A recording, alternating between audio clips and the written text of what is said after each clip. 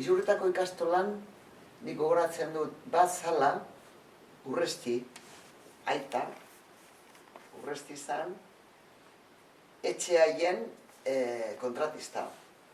Etxe horiek egin zituna. Oso etxe itxusia, por cierto. Zaso gertako etxe. Hor zegoen umia, Iñaki, zala. Eta gero, nik bereziki gogoratzen ditut, ume batzuk gogoratzen ditut potxolak, eta lehenbiziko bi etorkinen seme-alabak. Almudena eta Modestito. Gogoratzen duen Modestito, emakume, Extremadurako emakume baten semia, emakumeak semea nunbaitan utzi behar zuen, eta, klaro, zeukan eskola bakarra zan, ikastola. Eta Modestito zegoen, koitxaue,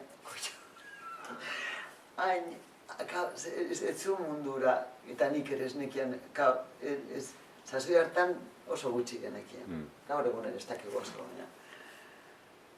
Oso gaztea ginen, oso gaztea ginen, eta inoketzekien ez dara, ber. Inok ez egun erakutzi. Hori, nik euskan ume guztiak euskalduna ziren, bi haiek ezik. Orduan ume guztiak ziren euskaldunak. Bakarri Modestito eta Almudena.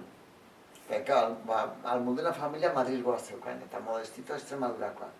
Eta batez Modestitoren saltua zen oso Extremadurar itxia zeukan. Eta zelako, netzako oso interesgarria izan zen. Eta burutazio soziopolitikoak eta bizten zizkidan horrek.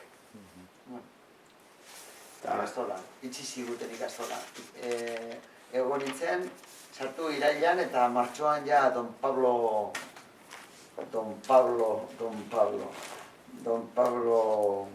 Sánchezek itxi zigun ikastola. Hor batzuk josik egan. Espetora zen. Espetoren askarria. Fatxa hutsa. Fatxa sendoa. Eta gainera euskera burua zekien? Bai, Aizpurua. Eta Aizpurua zala bigarna bizena, Sánchez Aizpuru. Sánchez Aizpuru. Aizpuru. Zornotzakoa zan. Bai. Horrek itxizigun ikastola, eta horrek zin egin ziren bere bizitza guztien ez nula klaserik emango. Baina eman dituz. Zan dutzen ikusiko dugu. Arroa, ez, 20 urterek zer. Eta ikusi genuen. Eta hor finora joan zinen. Karo, hor ikastola itxi zigutenez,